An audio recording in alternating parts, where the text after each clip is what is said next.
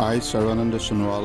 मैं ज्योतिरादित्य माधवराव सिंधिया। मैं रामचंद्र प्रसाद सिंह। मैं किरण रिजिजू ईश्वर की शपथ लेता हूँ that I will bear true faith मैं विधि द्वारा स्थापित भारत के संविधान के प्रति सच्ची श्रद्धा और निष्ठा रखूंगी कि जो विषय संघ के मंत्री के रूप में मेरे विचार के लिए लाया जाएगा संसूचित या प्रकट नहीं करूंगा। the due discharge of my duties as such minister. किसको मिला इनाम, लापरवाही की किसको मिली सजा। अब इस विस्तार से क्या आगे की दशा दिशा पर भी फर्क पड़ेगा? सियासी समीकरण किस तरह साधे गए? जातिगत समीकरणों का कितना ध्यान रखा गया? शासन प्रशासन को दुरुस्त करने का रोड मैप क्या है? सवाल ये कि 7 साल के कार्यकाल में मोदी ने अब तक के सबसे बड़े फेरबदल और विस्तार से संदेश क्या दिया? और सबसे बड़ा सवाल, इस बदलाव से अब देश की जनता यानी हमको और आपको क्या मिलने जा रहा है? राज की बात कैबिनेट स्पेशल में बात करते हैं कि आखिर इस पूरी कवायद का हमसे और आपसे क्या लेना देना है। दरअसल होता क्या है कि कौन घटा, कौन बढ़ा, कौन छटा, इस पूरी चर्चा में और इस पूरे विश्लेषण में जनता की बात छूट जाती है। लेकिन मोदी कैबिनेट की खास बात यह है कि इसमें कुछ फैसले ऐसे लिए गए हैं जो हमारी और आपकी जेब से जुड़े हुए हैं। तो आखिर वो क्या फैसले हैं, इस पर करते हैं विस्तार से बात। लेकिन एक इशारा आपके लिए जरूरी है कि हमारी और आपकी जेब का जिम्मा अब नौकरशाहों के हाथ में होगा। जो चुने हुए नुमाइंदे आए हुए थे या खांटी पॉलिटिशियन थे, उनको अर्थव्यवस्था के काम में मोदी ने नहीं लगाया है। वैसे तो मोदी की कैबिनेट में 13 वकील, 6 डॉक्टर, 5 इंजीनियर और 7 नौकरशाहों के रखने का आंकड़ा सामने आ रहा है। इसके अलावा दलित, ओबीसी, महिला और पिछड़ों के हिसाब से जाति समीकरण की बात भी खूब जताई और बताई जा रही है। आमतौर पर सियासत में चुनाव के दृष्टिगत कैबिनेट में कौन लाया गया और कौन बाहर किया गया, इस पर खूब बात होती है। मगर सरकार सिर्फ चुनाव भर के लिए तो नहीं होती है, या सिर्फ चुनाव लड़ना ही सरकार का काम नहीं होता है।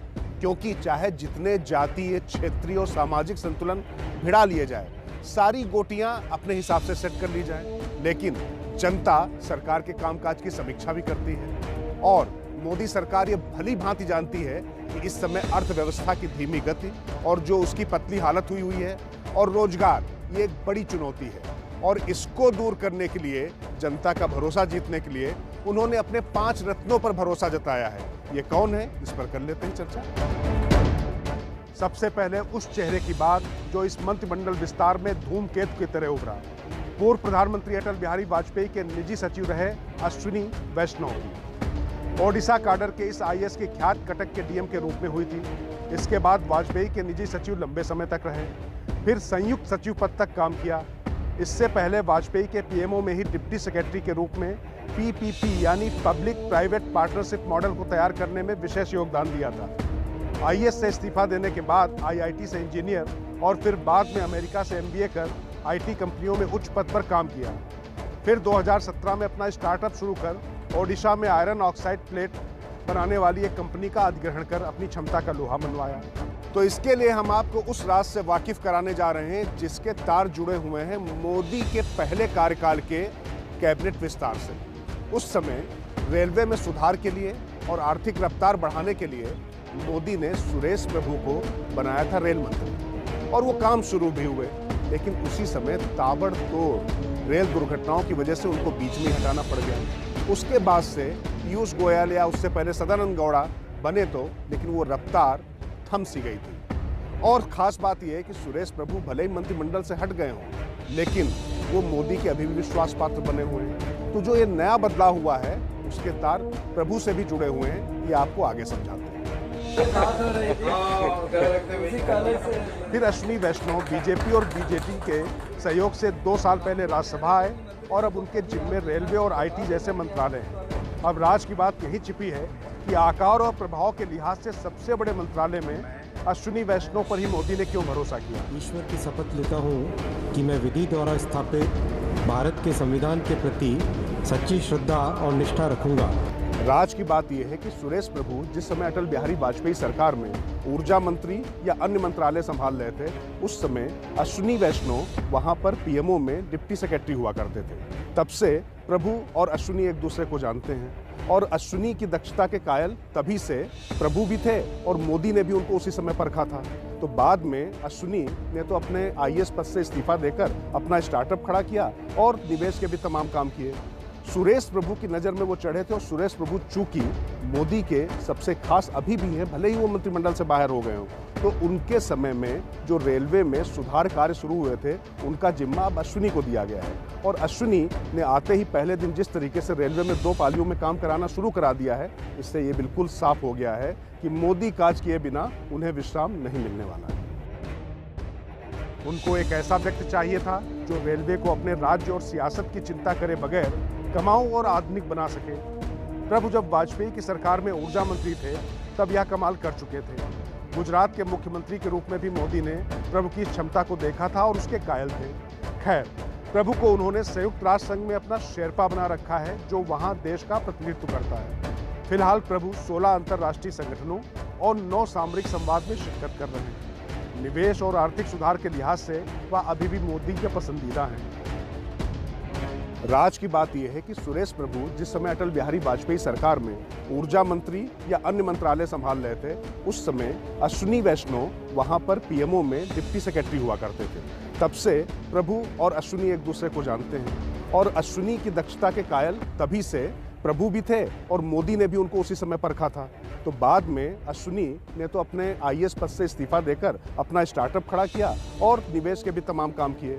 सुरेश प्रभु की नज़र में वो चढ़े थे और सुरेश प्रभु चूंकि मोदी के सबसे खास अभी भी हैं, भले ही वो मंत्रिमंडल से बाहर हो गए हों, तो उनके समय में जो रेलवे में सुधार कार्य शुरू हुए थे उनका जिम्मा अब अश्विनी को दिया गया है। और अश्विनी ने आते ही पहले दिन जिस तरीके से रेलवे में 2 पालियों में काम कराना शुरू करा दिया है, इससे ये बिल्कुल साफ हो गया है कि मोदी काज किए बिना उन्हें विश्राम नहीं मिलने वाला है। इसके अलावा दूसरे नौकरशाह हैं हरदीप सिंह पुरी। विदेश सेवा के पूर्व अधिकारी पुरी को पिछले कार्यकाल में ही मोदी शहरी विकास मंत्रालय में लाए। इस दफा उन्हें पेट्रोलियम भी दे दिया गया है।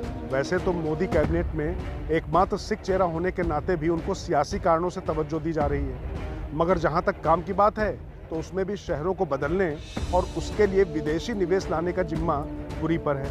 पुरी अभी तक मोदी के इस मानक पर खरे उतर रहे हैं, लिहाजा उन्हें और मौका दिया जा रहा है। अब पेट्रोलियम का भी प्रभार देकर उनका कद बढ़ा दिया गया है। कैसे इन दोनों मंत्रालयों के माध्यम से निवेश और रोजगार लाएंगे, ये पुरी की परीक्षा है। श्री राजकुमार सिंह। पुरी के साथ ही स्वतंत्र प्रभार ऊर्जा मंत्री रहे आरके सिंह को भी कैबिनेट का दर्जा देकर उनका कद बढ़ाया गया है। मैं राजकुमार सिंह ईश्वर की शपथ लेता हूं कि मैं विधि द्वारा स्थापित भारत के संविधान के प्रति सच्ची श्रद्धा और निष्ठा रखूंगा। जदयू से भी आरसीपी सिंह को लाकर उन्हें स्टील मंत्रालय दिया गया है, जिसमें अभी अपार संभावनाएं हैं सुधार की। दोनों ही बिहार काडर के नौकरशाह रहे हैं। इस कड़ी में एक और 5वां नाम भी है जो इन सबसे पहले विदेश मंत्री बन चुके हैं, एस जयशंकर।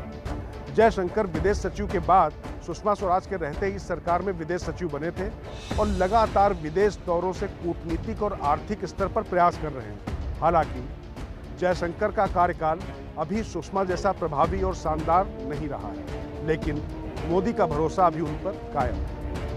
पीएम मोदी की प्राथमिकता भले ही इस समय अर्थव्यवस्था में सुधार हो या सरकारी कामकाज को तेज गति से आगे बढ़ाना हो, लेकिन जिस तरीके से उनकी कैबिनेट में नौकरशाहों का दबदबा बढ़ रहा है, ये बात पार्टी में तमाम लोगों को चुभ रही है। लेकिन जिन लोगों को ये बात चुभ रही है वो भी ये जानते हैं कि ये सरकार मोदी के नाम पर भी नहीं है, वोट भी मोदी के नाम पर पड़ा है और मोदी इस बात को भली भांति जानते हैं कि उनको अपना सिक्का चलाए रखने के लिए कामकाज की बड़ी लकीर खींचनी होगी। इसलिए सिर्फ उनका ध्यान इस समय प्रदर्शन पर है, कामकाज को ठीक करने पर है। लेकिन इसके साथ ही जब नौकरशाहों को उन्होंने आगे बढ़ा दिया है तो सरकार के सामने सख्त प्रदर्शन या सफल प्रदर्शन की चुनौती बढ़ गई।